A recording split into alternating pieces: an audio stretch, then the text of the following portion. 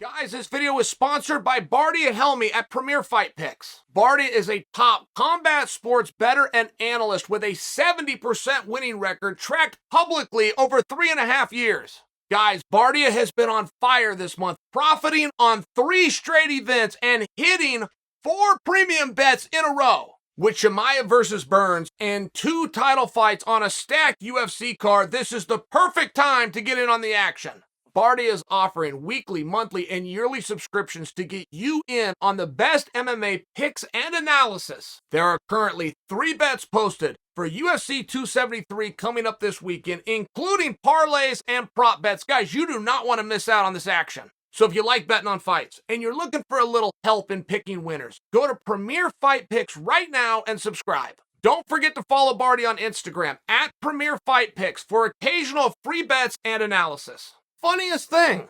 So, sat down yesterday and made you guys an official prediction video. But we do that every week, right? We take the risk. We put it on the line. I sat down and made you guys a video. Chimaev versus Burns. I gave you a full analysis. I told you every thought I had. I forgot my own story. I never once said who I thought was going to win, and I got called on it. Coach called me on it on Twitter. I wrote him back and said, going to answer that question for you today. So this is for you, Coach, but more has happened. More has happened between us talking and now. Let me give you an example. There's a video out there. Chimaev and Burns, I think they're at the hotel, but they're in the middle of cutting weight. They are both wearing nothing but a white towel. And I do mean nothing. They got no shoes, no socks, no watch. I mean, this is all these guys are wearing. So you have an interesting visual.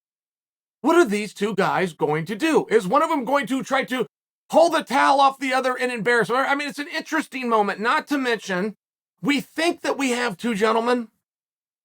We think that we have 2 sportsmen, but we only know that to be 50% true with Gilbert Burns. We know that Gilbert Burns can be trusted outside of the octagon to behave himself like a civil person. We think that about Chimaev, right? So it's still interesting. We don't know what we're going to get here. I'm setting this up in case you guys haven't seen it. They come face to face. What are they going to do? What's going to happen? Hi, hello, walk right past each other. I was cutting weight one time. I was getting ready to fight Babalu. And I was in a hot tub, just trying to get a little bit of weight off. And Babalu came in. He was all dressed down. He was going to get in the hot tub. He saw me, and he just goes, hey, it's his time. I'll come back later. It was one of those, I just share with you that sometimes you just stay away from the guy. How are you going to handle it? What is going to happen? Kamaru Usman brought a very interesting term into our industry, which was energy. Kamaru Usman said, go ahead and say those things about me in the media, but when you see me face to face, bring that same energy. It's an interesting comment.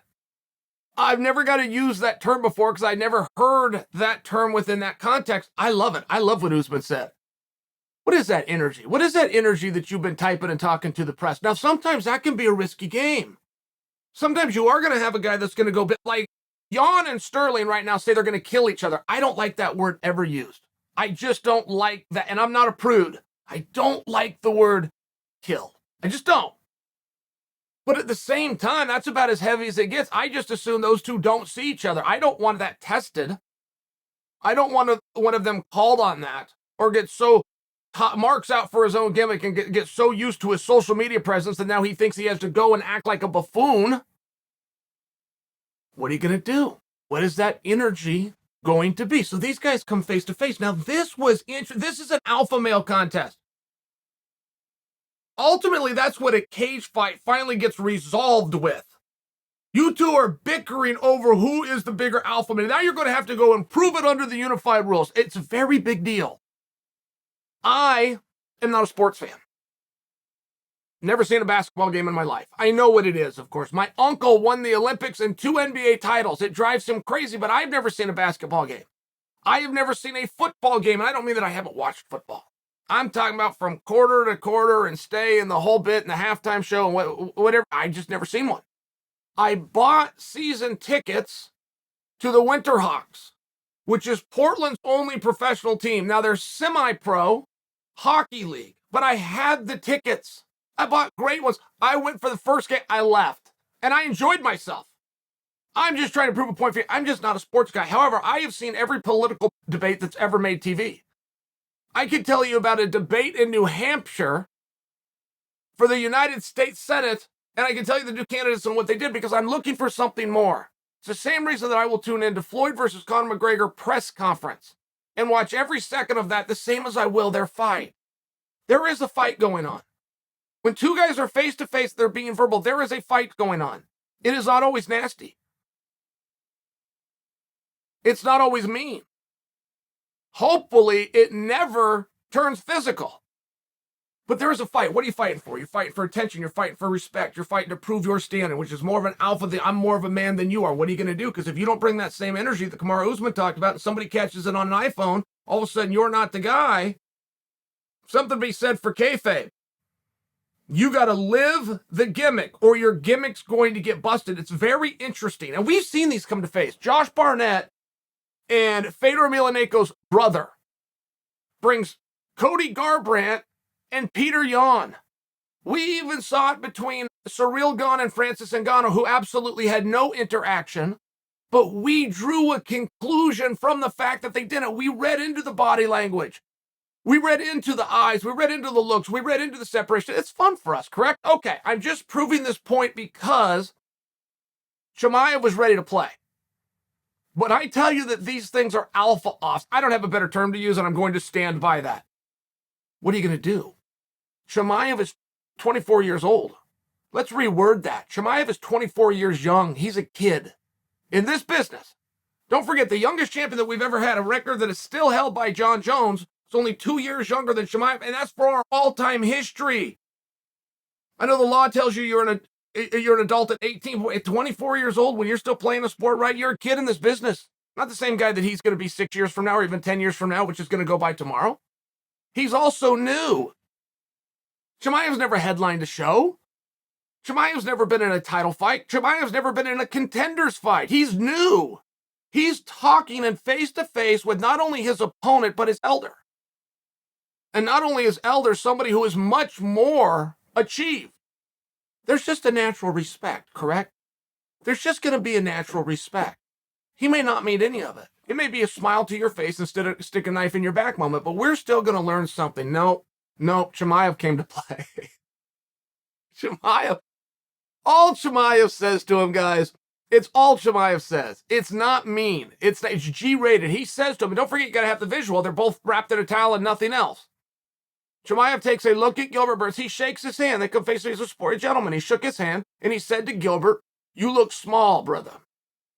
And then he elaborates on that, Chimaev. He tells him, like, go eat some chocolate. Go have a sandwich. Put some size on. Bring me some power. He tells him this. Now, Gilbert Burns has an ego like anybody else, but how do you interpret that?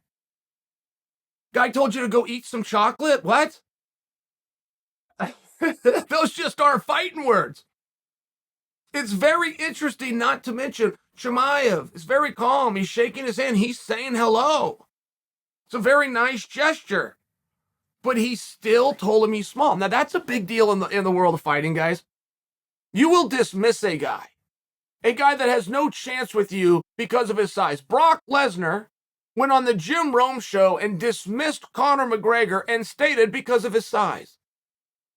He's the size of one of my legs. And it worked. I mean, that stuff does work. Size does matter. So it's a big deal, even though they're the same weight class. Forget that. We're not looking about the truth here. We're looking about what was said. We're looking at the entertainment of it. We're looking at the mind games that went into it. Told him he's small. What do you do if you're Gilbert? I mean, those just aren't fighting words. You tell him, okay, the weigh-in's tomorrow. I'm still 2 kilos over. I'm trying to get even smaller. What do you do? Does nothing. They both walk away. I did just think that it was very interesting that Chimaev brought that same energy. We have seen guys work a gimmick that we like, a gimmick that's getting over, but when they're confronted with it, are they going to be the true professional like Conor McGregor, who broke it in half and at the end of the show will do an interview from his ass when he should be on a stretcher? But he's so cognizant that red light is blinking and the audience is watching. Are you going to have a true master like that? Or is it going to be a different scenario? You're going to get called out like Kamaru did. Where'd that energy go? Very interesting. Small as that is, it's very interesting because I'm here to give you guys my fight pick. And I got to bury the lead just a little bit because I do not think you have the younger fighter versus the older fighter. I don't believe that. I don't think that you have guys that both, if they did a fair ranking, they don't. If they did a fair ranking, would both be in the top 5. I don't think that. I don't think that you've got the young undefeated Chimaev taking on an established former number 1 contender in Burns. I don't think that. I believe it is more primal, and I believe it is more basic. I believe you have the 3rd best wrestler in Sweden taking on the 3rd best grappler alive. That is what their resumes are. Chimaev is not going to go and do a seminar, put out an instructional DVD where he's forced on the cover to put his highest achievements and write UFC veteran. He's 4-0 in the octagon. He's not going to do that. He's going to speak to his highest achievement, which is a bronze medal from the national championship. That's a big deal. Hard to get, particularly in Sweden and particularly in freestyle, but that's what he got. That would be his resume. Gilbert Burns, come over here. He is not going to say, I was a number 1 contender. It's the same thing as saying I fought for a championship and I lost. You don't advertise these kinds of things. You speak to your highest achievement, of which Gilbert Burns got a bronze medal at ADCC. So I believe that freestyle wrestling is taking on jiu-jitsu. And the question really does become, if these guys had equal achievements, I get that the nationals and the worlds aren't the same, but you got to understand, Sweden is very difficult, particularly at this weight class. This was a big achievement by Chimaev, not to mention the match that he lost was extremely competitive to the guy that went on and won it. Okay. How damn good is grappling? How good is it? I know that Mark Kerr went over to Abu Dhabi with 0 experience, had never even done that before, was not aware of the rules. Had a purple belt that I don't think he qualified for. I think that some coach just couldn't give the Smashing Machine a white belt and put him over there with the 8-year-old kid. So Mark Kerr shows up with a purple belt, 0 experience, and he ran through the field. Mark Kerr ran through the field to the extent that Abu Dhabi does not allow the NCAA champion to get in anymore. Used to be. You had a world and or Olympic belt, right? From all sports. You've got this in judo, you got it in wrestling, you go, whatever it is, you can come together. I mean, it's not like that anymore. And I think that it's not like that because it's a big problem. If you're holding the world championships and you have a guy come in who hasn't done this before, Otto Olsen proved the same thing. Otto Olsen was a 2-time All-American, NCAA Division I finalist, shows up at Abu Dhabi with 0 grappling, and the next evening at 7 o'clock was in the finals for the championship. It's problematic. And wrestling has seen this before because wrestling's so effective. I say this as a wrestler, but I am a black belt in jiu-jitsu. I wrestled for 12 years of my life. I have done jiu-jitsu for 19. I share that with you because I am not against that community. I am a believer and I am a member of it. But when we get put to the test, I'm just sharing for you guys, that test hasn't been tried in a very long time. There's been a number of grappling sports who have eliminated the wrestler because the wrestler will come in and clean house. In 1980, Olympic Games ended up being boycotted. There was 4 guys that could not get ranking matches at Oklahoma State. Oklahoma State, where Daniel Cormier went by example, was the number 1 team in the country. They were the national champions, and it was very clear. So even if you're not a starter at Oklahoma State, you could still be a top guy in the country. You just happen to be behind the champion. But in all fairness, these 4 guys, of which I could not name a single one of them, and I'm not attempting to disrespect them, could not even qualify within the practice room to get a wrestle-off match. That's what a ranking match is. You versus your teammate, you're the same weight. Who's going to be the starter? Who gets to be varsity, right? It's one of those situations. These guys could not even get the match that would then get them to an actual competition that was sanctioned. Tough guys, worked hard. Again, I'm really not putting them down. But they were out drinking on a Friday. They were drinking on a Friday and they saw an advertisement for the Olympic judo trials. And they happened to be in Oklahoma. Now, these boys were in Stillwater and possibly the qualifier was in Stillwater. I think it was more like in Norman and they had to drive. That could be verified and looked up. These 4 guys go and get the gear. They knew someone who knew, and they get the gear. All 4 of them made the Olympic team. All 4 of them. They had never done it before. And judo had to change its rules. It had to change the rules in the way that it looks at a takedown. The gentleman that won the Olympic Games at heavyweight in judo, 2008, was a Mongolian representative who was the alternate for the freestyle wrestling team. He couldn't make the team. Knew nothing about judo, went over. Not only did he make the team, he won the gold medal. And judo, again, changed its rules. They had to. Everything that they believed, and the sweeps and the reefs and the this and the grab the jacket, a guy that had never done any of it just beat you all and is now the champion of the Olympiad. They had to change their rules. All this guy knew was a double leg. He got a double leg and he'd get on top and he would clam up. It's very hard to do anything with a guy who right, it's hard to dance with somebody that's not dancing back with you. So he didn't dance. He was in better shape than everybody because he came from wrestling. He could get on top. That scored points in 2008. He won the whole thing. Never did judo again, but he also couldn't because they changed the rules just because. Look, I'm just telling you. And many people are going to believe that the third best wrestler in Sweden versus the third best grappler on earth, but it's not the same sport. Chimaev was not the third best jiu-jitsu guy in Sweden versus the third best jiu-jitsu guy on earth.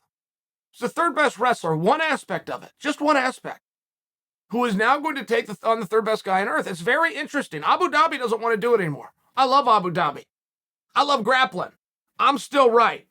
Mark Kerr went in. Otto Wilson came on the heels of that. They ran rug shot. So they didn't want to change the rules. So they just stopped these guys from coming. Period. That's what happened. Be as mad about that or as feelings as you want. That's what happened. Judo ran into the same thing. Both of the 80 trials, both in 2008 at the Olympic Games, they had to ban wrestling. So it's very interesting. It's very interesting. Historically speaking, there was an argument to be made for wrestling. Now, as soon as you start adding strikes, what does that change? But I do not believe you could take a guy who's 4-0 in the UFC, who's only had 2 fights within the division in Chimaev, and even compare him to Gilbert Burns. Gilbert Burns was not only the #1 contender recently, Gilbert Burns almost won the championship. Who came closer to winning a championship, Colby Covington or Gilbert Burns? That's a hard question. It's a really hard question. This is a very competitive guy, is the point that I'm getting at. And I don't think these skills are on display. I don't think this is about the boxing. I don't think it's about the clinch. I think it's about what happens as it pertains to the grappling. One, can you make it grappling? Which means, can you take him down? And even if the answer to that is yes, how much energy did it take? You want to frustrate a wrestler, do one of two things. Stop his shot or get up off the bottom. If you want to frustrate a wrestler, stop his shot. If you want to break a wrestler, if you want to mentally break him, get up off the bottom. Wrestling requires such a tremendous amount of energy that if you go for an attack and you don't get him down, right, you're on your feet. Think of it this way. You want to leave that realm. Whatever is happening on your feet, you no longer want to be on your feet. So you go in and wrestle. You just use the most energy that you can use in combat, and it didn't work, and now you're still on your feet, which you just admitted you don't want to be on anyway. That's where I'm talking about. The squeeze has got to be worth the juice. Now, let's say the wrestler does get the takedown. He can do a shot to a reshot. Nobody good gets a guy down with a shot. The shots you've seen Chimaev take will not get Gilbert Burns down. That I can promise you. But if he can reshoot, if he can scramble, he can use the first attack as a setup to the second attack, he can get him down. If he can't keep him there, and I'm sure this is any wrestler, if he can't keep him there, he springs back up to the feet. Therefore, the squeeze is not worth the juice. The wrestler, when he gets on top, must have a moment. He must have a moment where he can get a breath. The single most energy you can use in combat is that takedown. It must work, and you must have a little bit of time on top. But if you have those things, historically speaking, wrestling has done very well. But make no mistake, that's what's on display here. This is not the Sweden team, I believe they're called All-Stars, versus Henry Hoof and Company out there in Stanford. That's not what this is. This is not 2 top contenders. This is not who gets to fight for the championship next. One thing is going to be put on trial here. Make no mistake. It's the one thing that nobody wants to talk about. And I will tell you how true that is for most others. Wrestlers will put it on the line anytime. No problem. We don't have a problem with getting beat. We do not see getting beat to have anything to do with your conclusion of are you going to go out there and try. Jiu-jitsu is different. It is. That's just a communal thing. But in their community, if you're the top guy and you're drawn and you're going around and you're doing seminars and you go put it online and you get beat, your next seminar is not going to be attended. That's just the way that is. So they get very selective, very picky.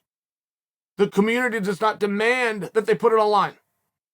If we had anybody within the wrestling community who only stepped out there one time every 2 years, it would be problematic. We would not respect that guy. I'm talking about you'll have top jiu-jitsu guys that will only show up to Abu Dhabi, which happens to be every 2 years, and you can't always get them. Sometimes it's a back and forth just to get them then. If we had any wrestler who only competed in one event every 2 years, first off, we would not accept that. We would not accept that, and we would not respect that. Secondly, he would have no chance. Everybody would have passed him by. If you took a solid 2 months off, you will go from #1 in the world to not making the world team. So it is very different. And I don't want people to say, Chael, you're wrong. This isn't about wrestling. Well, why are you saying that? What is your history? Let me guess, it was with jiu-jitsu. Anybody who says this isn't about wrestling versus jiu-jitsu, I ask you what your history is. You're either a jiu-jitsu guy or your dad was or your brother. You're going to have some kind of a tie to it. 100%. If you're a wrestler, you will never say those words. Yes, this is what's on display, and we will accept the results. If we get beat, if we get swept, if we get submitted, if we get tired, if we get mentally broken, we will accept those results. It's very different, which is why these communities aren't coming out to back me and say, yes, this is what's on the line. And anybody who takes this piece or takes a clip of this piece and says, yes, by God, that is exactly what was on the line, will not do it until after the fight, and they won't do it unless Gilbert wins. It's just a very big difference in the cultures of those communities, of which I'm part of both. I just understand them. Third best wrestler in Sweden. We take on the third best grappler in world. Who's going to win? I don't know.